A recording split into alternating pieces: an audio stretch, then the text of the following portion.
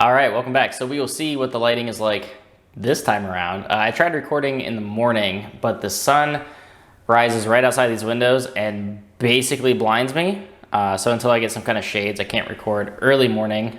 It also just, the lighting looks terrible in here if I do this. But this will be with just natural lighting. Y'all probably don't care about that, but I'm still experimenting with the setup. So here's going to be my April TBR. Yes, I understand we are a week into April already, but I wanted to still get this out, let you all know what I'm reading this month, and potentially adding some to the end because I've actually already finished one of these books. So let me start with that, which of course is Path of Daggers by Robert Jordan. So this is book 8 of the Wheel of Time, and luckily it's short. I say luckily it's short because, just hit my camera. I say luckily it's short because this one was not very good. I had been told and warned many, many times about the slog from various people as to how hit or miss these books really are, whether they're good or not. I hear the argument all the way from these are terrible, absolutely nothing happens, they're useless and should be cut entirely, all the way up to these books are slower, but there's such great character moments that they're definitely worth keeping in. I fall somewhere in between those two extremes. This was the first Wheel of Time book that I actively just didn't care pretty much the entire time. There's some cooler things towards the end, don't get me wrong. In the second half of the book, certain things are somewhat interesting, but this isn't it, man. Luckily, it was only 600 pages for this hardcover, which is refreshing, I guess, to say the least. I don't really know why this book was structured the way that it was, with how little is really happening. And I've heard the same for a lot of Winter's Heart and Crossroads of Twilight, which is book 10.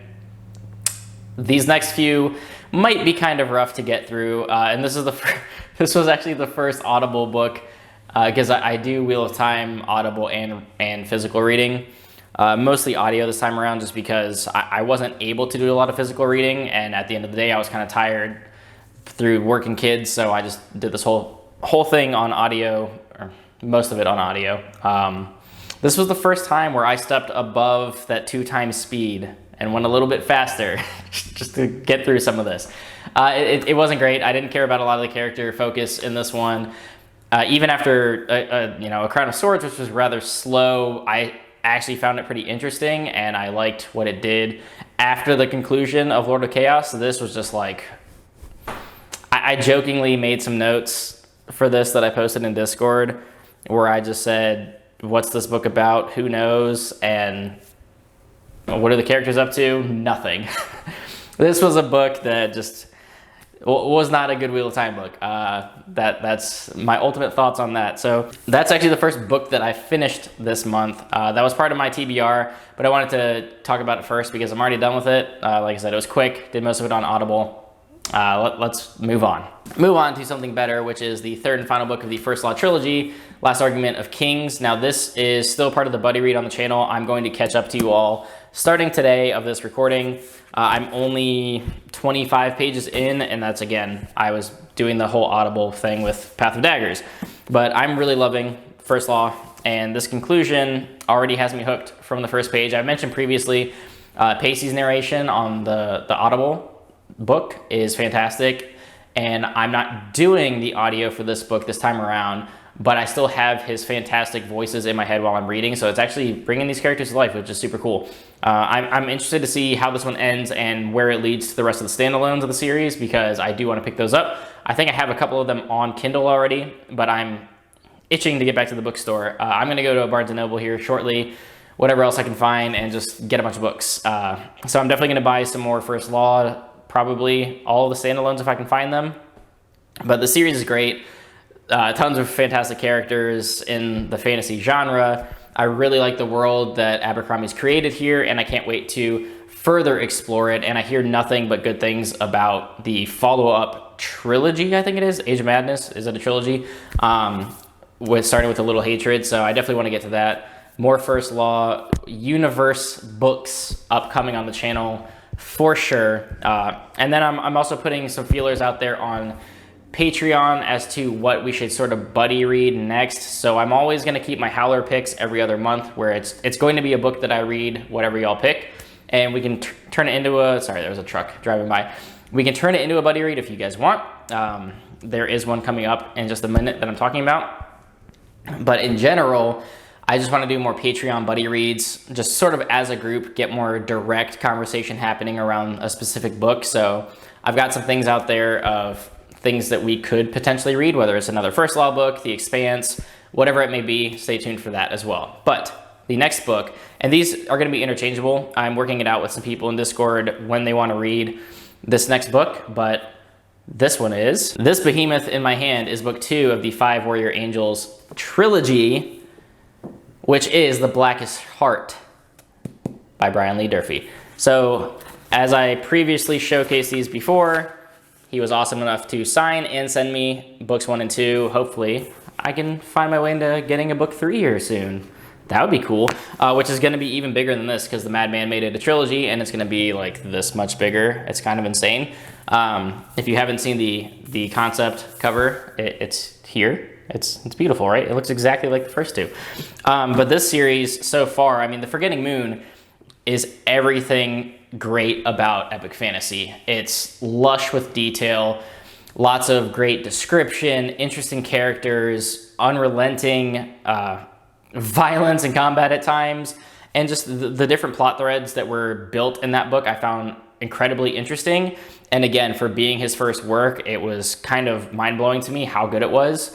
And I've heard absolutely nothing but great things about The Blackest Heart, especially in Discord. Brent, Scott, anybody else who has read this so far has raved about it just nonstop. So I'm super excited to get to this. This will either be the book that I read immediately after Last Argument of Kings, or it will tail end this month. Again, I'm going to work that out with some people in Discord that also want to read it at the same time. So that will be upcoming shortly. But I am going to just be anticipating book 3, which I think is potentially this year, maybe early next year. We'll see. I'm sure Brian Lee Durfee will let us all know when that is on the way. But if you guys are not reading this series, I highly recommend it. It's, I'd say, the best comparison, and he actually has a video on it himself, is the John Gwynne Faithful in the Fallen comparison, where there are a lot of similarities between the two. This is a different approach to writing style, where it's much more of a Robert Jordan-esque, where there's a lot of description, a lot of sort of world building and lore, as opposed to a John Gwynne that's a little bit more like Brandon Sanderson, Mistborn, of like sort of streamlining it a little bit. But whether it's Jandra Lynn, Liz Hen, Galt, Nail, any of these characters, I mean, they're all pretty interesting from book 1, and I can't wait to see what happens to them in book 2. This has all the fantasy goodness of different creatures, prophecy, you know, good versus evil, lots of gray characters, some really up scenes as well.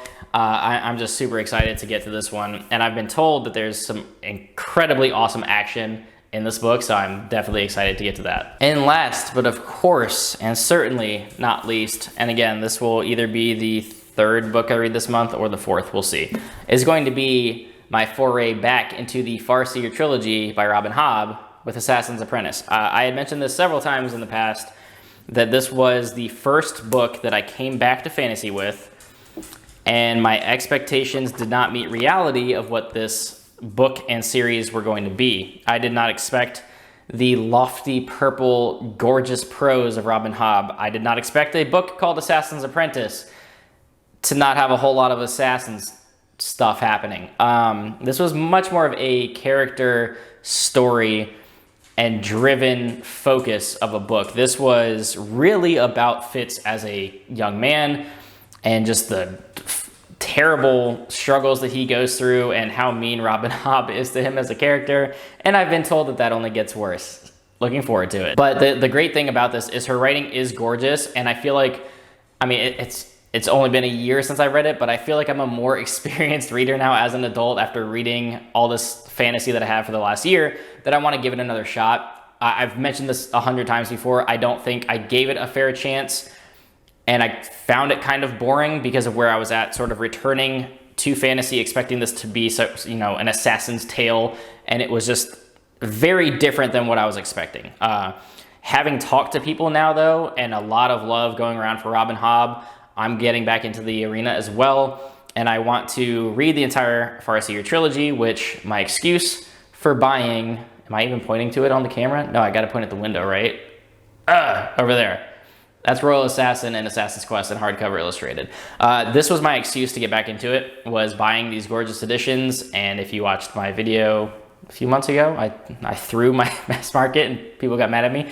I just really want to get back into this world, and I'm not committing necessarily to the entire realm of the Elderlings yet because I'm still finishing up the Wheel of Time. But if I like Farseer enough, which apparently peaks with Royal Assassin, so that's kind of unfortunate, I will be going into the rest of her works as well, because I hear absolutely nothing but good things about Live Ship Traders and how it's some of her best work in the entire series. I'm really interested to get more into that and get more. I'm starting to really like these fantasy stories that focus heavily on characters. Like First Law is all about the characters. That's like what makes and breaks that series. Faithful and the Fallen was like a good blend of plot and characters. And then I read Shadow of the Gods by John Gwynne as well, and that's heavily focused on characters. And that's like his third series, so his character work is getting even better. Robin Hobb seems like she is sort of like one of the quintessential character writers, and that's super exciting to me. So I definitely want to see that. That's going to be a totally different feel of what I'm normally used to reading, where it's less action, less, plot-driven stuff all the time that I've been reading a lot of. So I'm really looking forward to this one. And I hear that Farseer is the weakest of like all 14 books so the Farseer trilogy, so 3 of 14 books is like the weakest that she's got to offer. So if I like the second and third book, I'm again, like I said with Dresden, where I liked it immediately, I'm in for a good time because I will just love everything else she writes. And it's totally different than the kind of like prose style that I'm used to seeing. So that's really exciting. I know Jimmy and Chris's Bookish Cauldron have been doing a lot of Robin Hobb centric content recently. So definitely check their channels out. They have all kinds of Robin Hobb stuff going up. I think they just had like a whole Farseer spoiler discussion as well. So plenty of awesome Robin Hobb content to go around. I know Andy Smith really loves Robin Hobb. So just there's tons of content out there, and I'm looking to get into that myself and really see what she has to offer, because I don't even remember an awful lot about this story other than it was pretty sad, honestly, and Fitch got treated like shit through most of it. But I'm excited to get back to it. So those are the 4 books that I have planned. But assuming that I knock these out and I still have time left, I don't know. I'm probably going to try to squeeze in some sci-fi of some kind. I'm just going to do this while I'm on camera because why not? I either want to fit in some like Discworld. If I don't go sci-fi, I could continue Dresden with Deadbeat because I do really want to read that, or I could step into some more sci-fi. I don't really know where to go yet. I don't know. What do you guys think? Should I end with some kind of sci-fi book, or Dresden Files, or Discworld? I haven't decided yet. I've got a couple weeks left, but if I do find myself with, a couple extra days at the end of the month, I will pick up something a little bit shorter. Maybe I'll finally continue Dune like I keep talking about and then pushing off. So we'll see.